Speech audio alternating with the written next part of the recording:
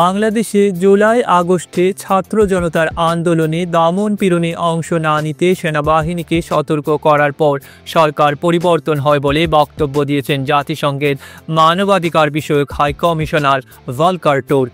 বিবিসির হার্ড টক অনুষ্ঠানে একথা বলেন তুর্ক। বিবিসির ওয়েবসাইটে বুধবার 5 মার্চ হার্ড টক অনুষ্ঠানের এই পর্ব প্রকাশ করা হয়। বৈষম্য বিরোধী ছাত্র আন্দোলনের প্রেক্ষিতে আওয়ামী লীগের শাসনের পতনের পেছনে আন্তর্জাতিক চাপ থাকা না থাকার প্রশ্নে নানা আলোচনা হয়েছে দেশের রাজনীতিতে। তবে এই প্রথম খোদ ভলকার তুর্কের কাছ থেকে এমন বক্তব্য এলো। তিনি বলেন, জাতিসংঘ সতর্ক করেছিল সেনাবাহিনী দমন-পীড়নে যোগ দিলে তাদের শান্তি রক্ষা মিশনে অংশগ্রহণ বন্ধ হয়ে যেতে পারে। বিবিসির হার্ড টক অনুষ্ঠানে গাজা, সুদান, ইউক্রেন সহ বিশ্বের বিভিন্ন দেশের পরিস্থিতি তুলে ধরে সঞ্চালক স্টিফেন স্যাকার ভলকার তুর্কের কাছে প্রশ্ন রেখেছিলেন, আন্তর্জাতিক আইন ও মূল্যবোধ মেনে এসব পরিস্থিতি সমাধানে জাতিসংঘকে ক্ষমতাহীন মনে হচ্ছে। এর জবাবে বাংলাদেশের প্রসঙ্গ তুলে আনেন ভলকার তুর্ক। তিনি বলেন, আপনাকে আমি একটা উদাহরণ দিচ্ছি যেখানে এটি গুরুত্বের সঙ্গে নেওয়া হয়েছিল। আমি গত বছরের বাংলাদেশের উদাহরণ দিচ্ছি। আপনি জানেন, জুলাই আগস্টে সেখানে ছাত্রদের ব্যাপক বিক্ষোভ হয়।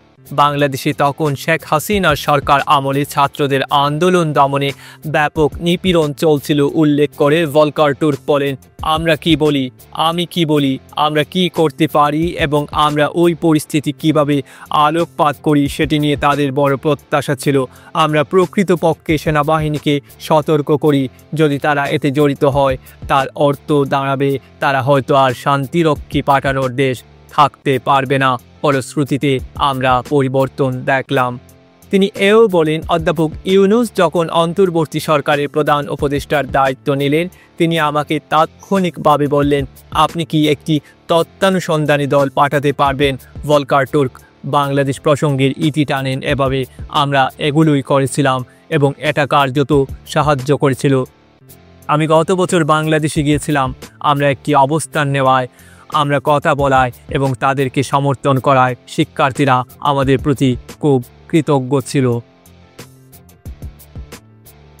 2024 সালের জুলাই আগস্ট বিক্ষোভের সঙ্গে সম্পর্কিত মানবাধিকার লঙ্ঘন ও নির্যাতন বিষয়ে জাতিসংঘের মানবাধিকার তত্ত্বানুসন্ধান প্রতিবেদনেও বাংলাদেশের সেনাবাহিনীর প্রতি সতর্ক বার্তার ইঙ্গিত আছে। প্রতিবেদনটিতে নিয়ম বহির্ভূত বল প্রয়োগে সেনাবাহিনীর সম্পৃক্ততা প্রসঙ্গে 137 নম্বর অনুচ্ছেদে বলা হয়েছে, মানবাধিকার লঙ্ঘনের অভিযোগের কারণে জাতিসংঘের শান্তিরক্ষা মিশনে বাংলাদেশ সেনাবাহিনীর সদস্যদের অংশগ্রহণ বাধাগ্রস্ত হতে পারে। এমন আশঙ্কা যা বিক্ষোভ চলাকালে জাতিসংঘ বাংলাদেশের সংশ্লিষ্ট কর্তৃপক্ষকে জানিয়েছিল, সেটি বিক্ষোভকারীদের ওপর গুলি চালানোর নির্দেশ দিতে সেনা কর্মকর্তাদের অনাগ্রহী করে তোলে।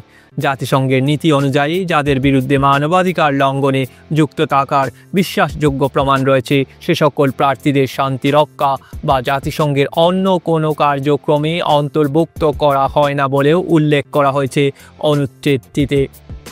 ছাত্র জনতার অভ্যুত্থানের মুখে 2024 সালের 5 আগস্ট ভারতে পালিয়ে যান শেখ হাসিনা। এর 3 দিনের মাথায় 2024 সালের 8 আগস্ট অধ্যাপক মোহাম্মদ ইউনূসের নেতৃত্বে অন্তর্বর্তী সরকার গঠিত হয় বাংলাদেশে। ডেস্ক রিপোর্ট, আধুনিক কাগজ।